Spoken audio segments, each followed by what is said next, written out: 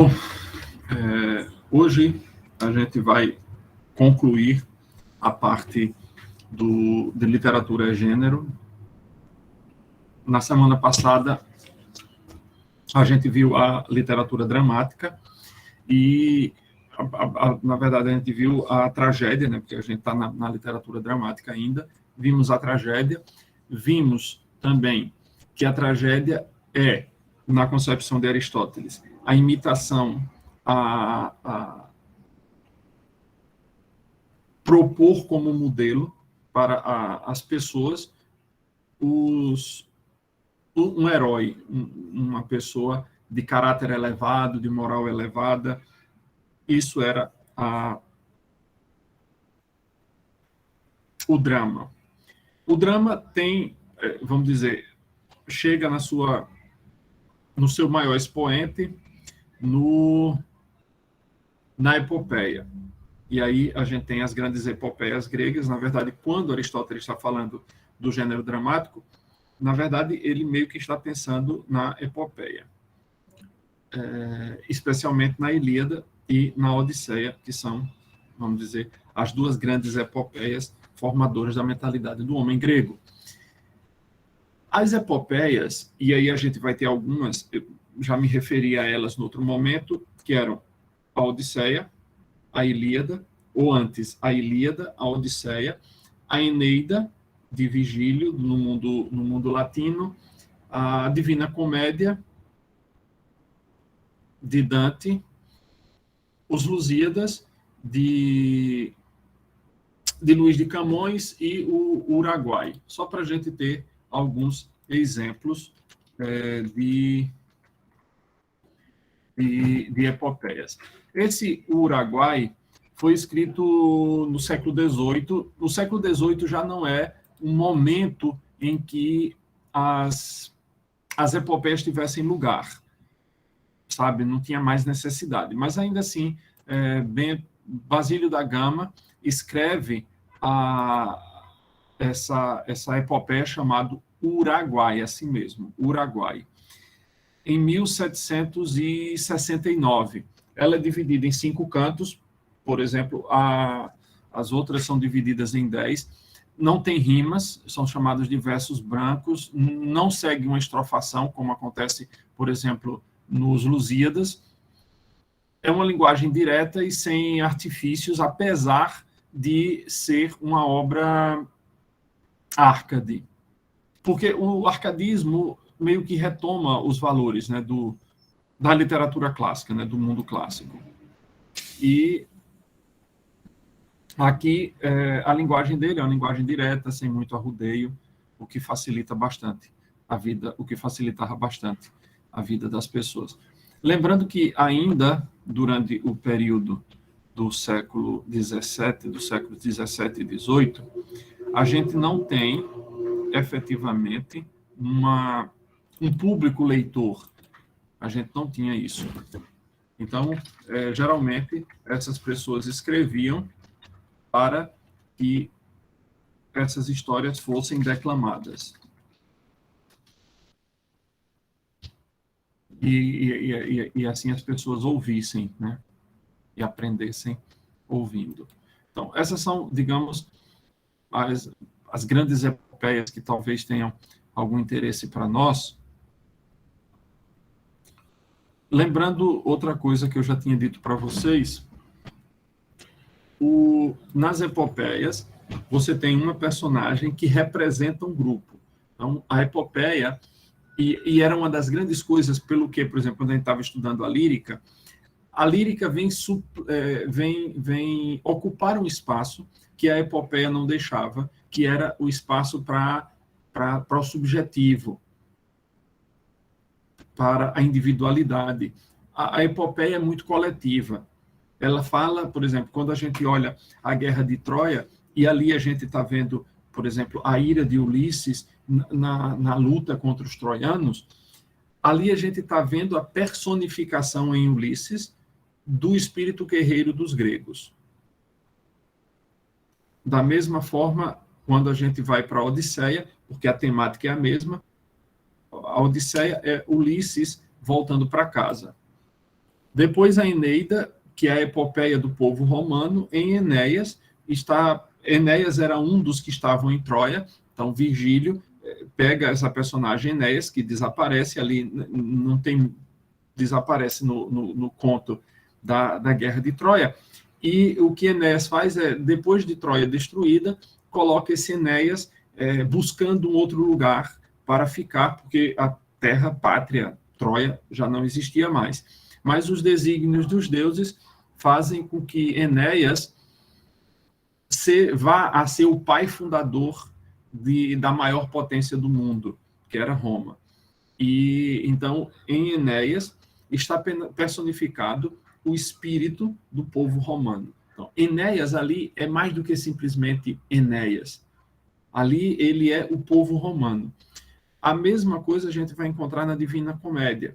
Quando a Divina Comédia, durante muito tempo discutiu-se se seria de fato uma epopeia, porque algumas coisas que eram necessárias haver para que fosse uma epopeia, aparentemente não estavam presentes na Divina Comédia. A primeira delas é que o herói representasse uma coletividade, mas o herói da Divina Comédia é o próprio Dante, o autor. Segunda, deveria haver uma distância temporal entre quem está lendo e aquele que está contando. Entre aquele que está contando, na verdade, entre aquele que está contando e os eventos acontecidos. Mas isso também não vai acontecer na Divina Comédia. Essa segunda é mais difícil de resolver. Ou nem tanto, porque a Divina Comédia fala do mundo que está além deste mundo. A Divina Comédia não trata do mundo físico, mas do mundo espiritual, porque ela é dividida em 3 partes, cada parte tendo um grupo de cantos, e são o inferno, o purgatório e o céu. Então, trata do mundo do além. E aí você pode dizer, então aí existe o distanciamento, não mais temporal, mas local mesmo, de lugar. E quando a gente olha para Dante, na verdade, a gente está vendo uma coletividade, que é o próprio gênero humano, que Dante está representando ali. Ao contrário do que em Ulisses representaria o povo grego, em Enéas, o povo romano, na Divina Comédia, não é povo nenhum, não é o povo italiano, espanhol, não, é o gênero humano. E aí, vamos dizer, essa comédia de Dante, apesar do nome comédia, ela não é uma comédia no sentido como a gente vai estudar hoje.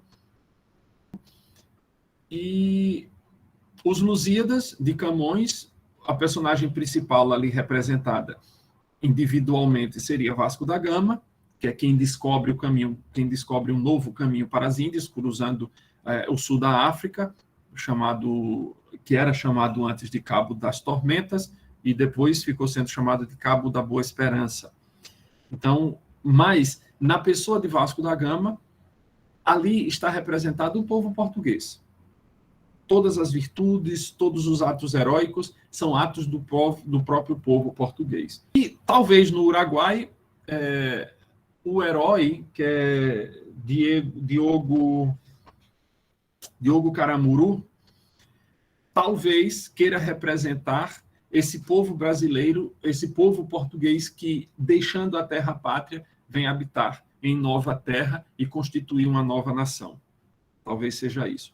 Lembrando que ainda não havia povo brasileiro, porque efetivamente o povo brasileiro só vai acontecer a partir de 1822, quando o Dom Pedro I separa o Brasil de Portugal. Até lá, o que existe todo brasileiro era português nascido no Brasil, mas não era brasileiro de verdade. Ainda não existia essa nacionalidade. Bom, isso foi um resumo, digamos, dessas aulas todas que a gente já teve. Agora, hoje a gente começa a comédia. Eu vou, da comédia, se vocês repararem lá no material de vocês, a gente tem 2 coisinhas só, 2 pedacinhos, 2 parágrafos, ou 3 parágrafos, mas hoje eu tenho uma proposta diferente para vocês. Mas vejam, o que é que a gente vai fazer? A gente vai entender o que é a comédia, a gente vai ver uma comédia, de um dos grandes comediógrafos gregos. Comediógrafo significa aquele que escreve comédias, que é Aristófanes. Essa comédia, deixa-me só certificar, eu disse na última aula, eu disse que era das nuvens, deixa-me só ver se é mesmo. Exato, é da comédia As Nuvens, de Aristófanes. Ela foi escrita no ano de 423 a.C., e ela representa Sócrates, mas o que é que faz a comédia? Veja, se a tragédia representa os homens mais valorosos, aquelas pessoas que são dignas de ser imitadas, aquelas pessoas que são propostas como heróis, como modelos que nós deveríamos imitar, a comédia... É por isso que Aristóteles, no livro A Poética, que eu já mostrei para vocês em outras aulas, é por isso que Aristóteles não dá importância à comédia. Não dá importância porque a comédia é o exato oposto do que é a tragédia. Enquanto a tragédia imita, propõe como modelo os homens valorosos, os heróis, os homens nobres, os homens dignos, os homens de valor, na comédia, o que se faz é apresentar o que de pior existe no ser humano. É a loucura, é a embriaguez, é a covardia, é a mentira. Tudo aquilo que deveria ser objeto de desprezo é apresentado na comédia. Então, Aristóteles diz, deixa eu ver, porque essa edição minha é a que eu tenho marcada, ela não está em português. Deixa eu ver se eu encontro no texto em português aqui. Vou encontrar aqui o número, é o número 35. Para ver como foi que eles traduziram isso, que talvez fique até melhor utilizar. 1449A.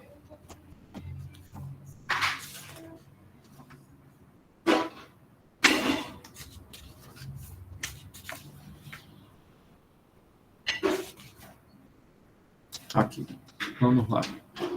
O desenvolvimento da comédia e a comparação entre epopeia e tragédia. A comédia é, como dissemos, mimesis de homens mais vis. Como foi que o italiano colocou? Colocou imitação. Dos homens mais desprezíveis. A comédia é, como dissemos, mimesis, a verossimilhança, né, dos homens mais vis. Mas não em relação a qualquer vício, mas em relação àquilo que é feio e que é ridículo. Ridículo no sentido de que é aquilo que faz rir. A palavra ridículo vem do latim ridere, rir. Pois o risível é um defeito e uma feiura, não apenas indolor, mas também não destrutiva. Como, por exemplo, mais à mão, a máscara cômica é algo feio e distorcido, mas sem dor. Então, as transformações da tragédia e as causas pelas quais surgiram não nos passaram despercebidas, mas a comédia, por não ser levada a sério no princípio, passou despercebida. Com efeito, só mais tarde, o Arconte forneceu um coro de comediantes, mas eram, até então, voluntários. E por esse tempo, quando a comédia adquire certas configurações, os que são chamados seus poetas são lembrados. E quem introduziu máscaras, prólogos e quantidade de atores e quantos elementos semelhantes não se sabe, mas quanto a compor mitos, Epicarmo e Forbes o fizeram. Pronto, aí ele acaba.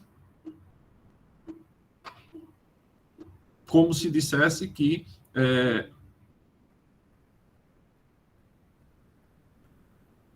aqui no capítulo 6, ele vai dizer, então sobre a arte mimética em hexâmetros era a divisão da poesia em 6 pés, 6 medidas, não eram sílabas poéticas, como a gente aprendeu, era outro tipo de medida, que é a medida que ainda hoje se usa no inglês. No inglês é feito medindo por pés. Como se você... Eu não sei se algum de vocês toca um instrumento, mas quando você toca um instrumento de sopro, normalmente você bate o ritmo marcando com o pé, para não perder a contagem. É por isso que os gregos chamavam a poesia de a medida de pé. Então, por exemplo, você tem... Não seria uma medida certa de fazer, mas vamos tentar em português. Você tem as armas e os barões assinalados, 3 pés, no início dos Lusíadas. As armas e os barões assinalados, que dá ocidental praia lusitana, mais outros 3. Por mares nunca dantes navegados, passaram ainda além da Tapobana. Os pés são isso, é um grupo de palavras com um acento. E aí, é isso que é um... Nesse caso aqui, são 3 pés só. No caso da poesia grega, são 6. Estou aqui só com 5 dedos, são 6. Ele diz, sobre a comédia falaremos depois.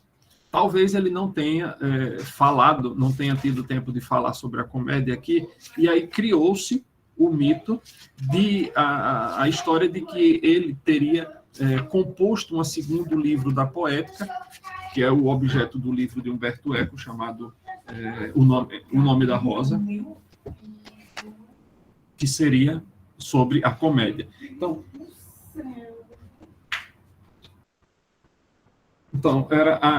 e aí os homens, as pessoas que eram consideradas na comédia eram os piores tipos possíveis.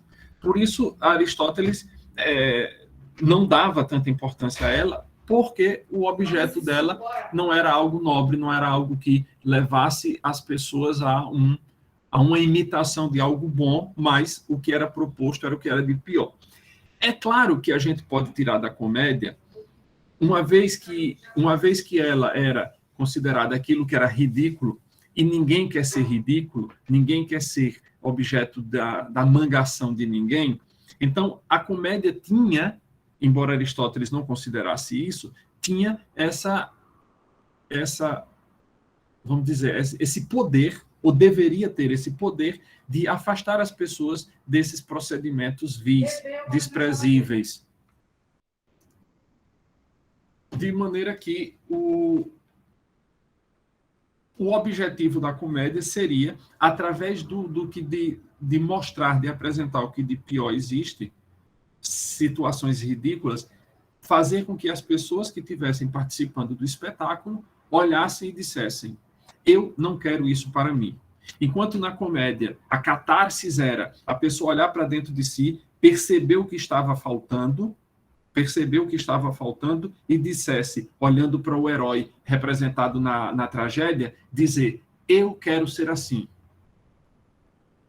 Na comédia era você olhar, ver os seus próprios defeitos e dizer: eu não quero ser assim, eu preciso mudar. Isso era o grande objetivo da comédia. Vamos dizer, em parte, deveria ser assim. Algum tempo eu venho fazendo, como eu disse para vocês na outra aula, eu venho traduzindo algumas partes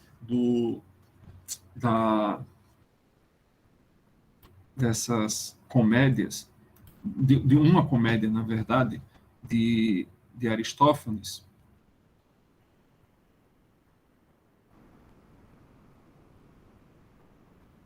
Bom, aí é o texto. Essa é uma das partes.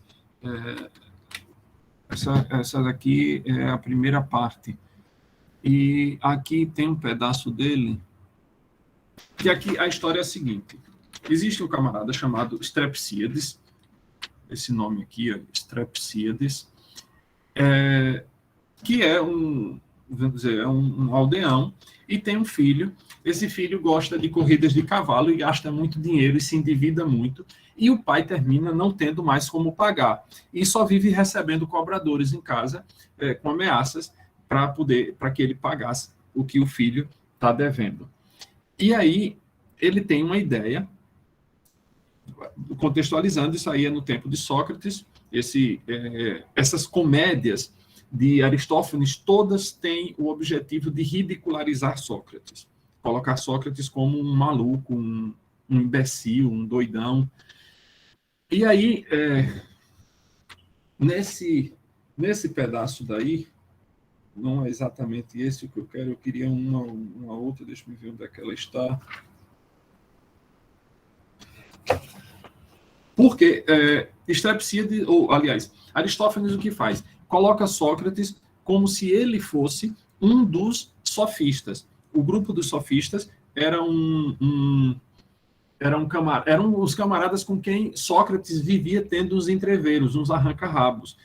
E Aristófanes coloca Sócrates como sendo um deles. Aí, esse Strepsíades vai procurar a escola de Sócrates para aprender a como ganhar um debate. Porque ele queria, nessa época, quando você ia para a justiça, você mesmo é quem se defendia. Você não chamava um advogado. A palavra advogado em latim significa aquele que é chamado para junto. Então, você não conhece de lei suficiente, você chama alguém que seja perito para falar em seu nome. Mas o cidadão grego tinha direito de ele mesmo se defender. Então, o que Strepsíades vai fazer é aprender a arte da palavra, da oratória, para convencer o juiz de que ele era inocente e que, portanto, não tinha nada para pagar. Então, o lugar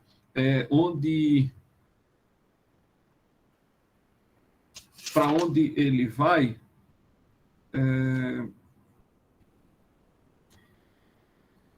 chama-se frontisterion em grego. Frontisterion, eu traduzi isso como pensatório. Frontisdo, em grego, pensar. Frontisterion, sterion é o lugar onde se pensa.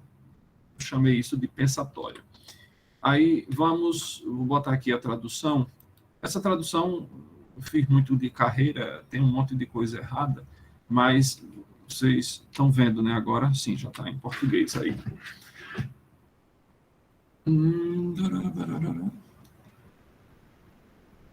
Pronto, aqui. Ele está lá, ele entra, finalmente ele chega no pensatório, apresenta-se para o cara que está lá, o cara está puto, começa a dizer uma série de palavrões. Quem é esse imbecil que fica batendo a porta e gritando aí? A gente está querendo aqui trabalhar, não sei o quê, trabalhando, não fazendo nada. É um monte. Lembre-se que isso é uma comédia, portanto, representa o que de pior existe nos homens. Strepsíades é a ganância, é a mentira, em Sócrates a loucura, nos outros o falar sem pensar. Aí ele chega aí e entra, vê um monte de alunos, uns olhando para o chão. Aí ele diz, o que é que eles estão...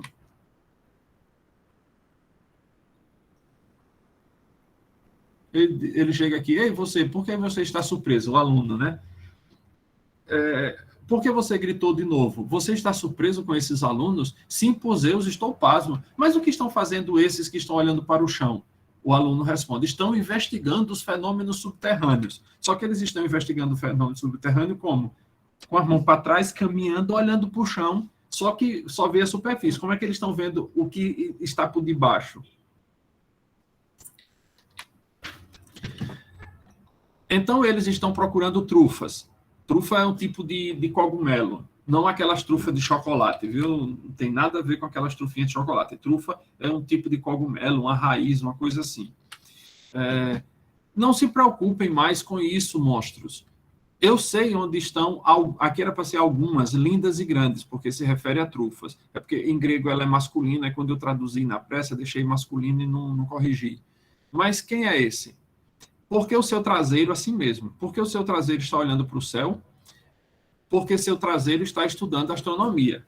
Repare, esse cara que ele está dizendo, a gente vai ver logo adiante, é Sócrates. Sócrates está pendurado num balaio, com a bunda de fora, e aí ele diz, e quem é esse que está com o traseiro olhando para o céu? Ele diz, é porque o seu traseiro está estudando astronomia. Olha, o que é isso? Diga-me. Isso é astronomia. Aí mostram os objetos, tipo um astrolábio, alguma coisa dessa, assim, os aparelhos de astronomia. E o que é isso? Mostrando, sei lá, um esquadro, um compasso, diz, isso é geometria. Para que serve isso? Diga-me. Com isso, medimos a Terra. E este é o mapa do mundo, você vê, esta é Atenas. Só que ele mostra o mapa do mundo e diz aqui Atenas. Aí o Strepsíades diz, oxe, mas como é isso? Eu não acredito em você, não vejo nenhum dos jurados sentados, que os jurados ficavam sentados na porta da cidade. Aí como assim que é? Isso é Atenas e eu não estou vendo ninguém sentado aí, só quero o mapa, né? Onde está o meu demo? O demo é a cidade, o povoado. É aqui, ele aponta. Você vê a Eubéia? Bom, aí vamos... Isso aí era só para situar o que é que estava acontecendo, como era o ambiente que é pintado por Aristófanes. E aí ele chega mais na frente e diz, por Zeus, o aluno, cadê? Você vai se arrepender. Mas me diga, quem é esse que está na cesta? Ele mesmo. Quem é ele mesmo? Sócrates. O aluno vai embora, Estrepsíades chama Sócrates. Está vendo? É como se fosse uma peça. Isso era uma peça para ser representada no teatro. Por isso tem essa. O aluno vai embora, Estrepsíades chama Sócrates. Estrepsíades, Sócrates, queridinho, meus Sócratesinhos, vem aqui, Sócrates. Quem ligou não é. Quem está chamando? Quem forçou o meu caminho para o pensamento dos sofistas? Eu gritei, Estrepsíades do Demo Sicina, mas eu não forcei meu caminho para o pensamento. Por que me chamas, ó criatura do dia? Com que propósito você veio? Eu vim como um estudante para o pensatório, pois eu já ouvi que você é sábio. Diga-me, quem disse isso? Como você soube que eu era sábio? Um dos alunos disse-me isso. O que disse o aluno? Diga-me. O aluno disse que uma pulga mordeu a sobrancelha de Querefonte, em seguida saltou para a sua cabeça. Você perguntou a Querefonte quantos pés a pulga saltou, quantos pés no sentido de quantos... Porque o pé era unidade de medida, não só de medida do verso, mas de medida de distância. Ainda hoje, no mundo anglofalante, se usa pé, são 33 centímetros um pé. Você pegar uma trena, você vai ver que... Deixa eu ver aqui se na minha trena tem. Pronto. Não sei se vocês vão conseguir ver, mas aqui está. 30 e poucos, menos de 31, né? 30 centímetros e meio, tem o 1 e um F, significa one feet, um pé. Então, ele queria saber quantos pés a pulga saltou, qual é a distância, ou quantos centímetros, ou quantos metros a pulga pulou. Você mediu assim, primeiro você pegou a pulga e a colocou em cera quente. Quando a cera esfriou, a pulga estava usando chinelos persas, um tipo de bota. Então você mediu a distância. Nunca vi nada tão sábio. Entenderam o que Estrepsíades está dizendo? Diz que ele queria saber quantos metros a pulga saltou, e para isso ele pegou uma pulga, um objeto tão pequenininho, melou os pezinhos dela na cera quente, na cera de abelha. Aí quando a cera secou, a pulga ficou com os sapatinhos. E aí ele conseguiu medir a distância de quanto a pulga saltou. Você nunca viu nada tão sábio, mas de onde realmente você vem? Ele responde, de Sicina. Você não passou despercebido por ser um rústico e ignorante. Não me culpe, mas diga-me o que você está fazendo nessa cesta, Sócrates. Estou caminhando no ar e contemplando o sol. Por que você está fazendo isso de uma cesta e não do chão? O que você está descobrindo ou aprendendo estando em uma cesta?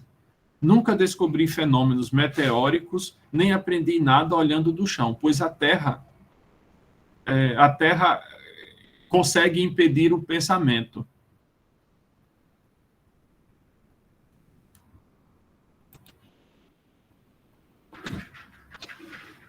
Se a gente considerar que Sócrates, um dos caras mais inteligentes, considerado do Ocidente, embora não tenha deixado nada escrito, mas se é verdade aquele ditado que a gente conhece uma árvore boa pelo fruto que ela tem, um dos melhores alunos dele foi Platão. Depois, aluno de Platão foi Aristóteles. Como é que Sócrates podia ser um imbecil como esse pintado na comédia de Aristófanes? Mas, claro, as comédias, além dessa característica de apresentar o que de pior existe no ser humano, ela também serve para ridicularizar os inimigos.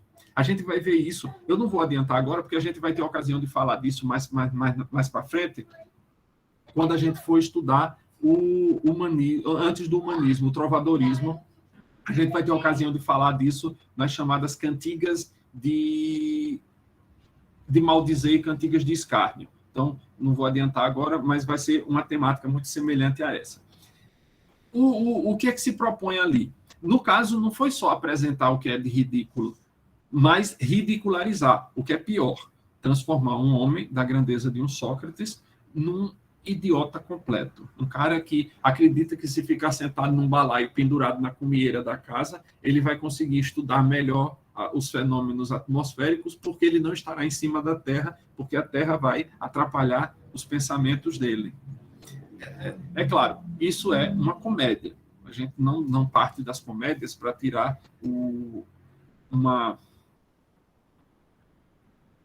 para fazer um juízo sobre quem eram aquelas pessoas ou o que de fato elas queriam. Só para concluir, e aí vai aparecer na Idade Média, isso está na página 38 do livro,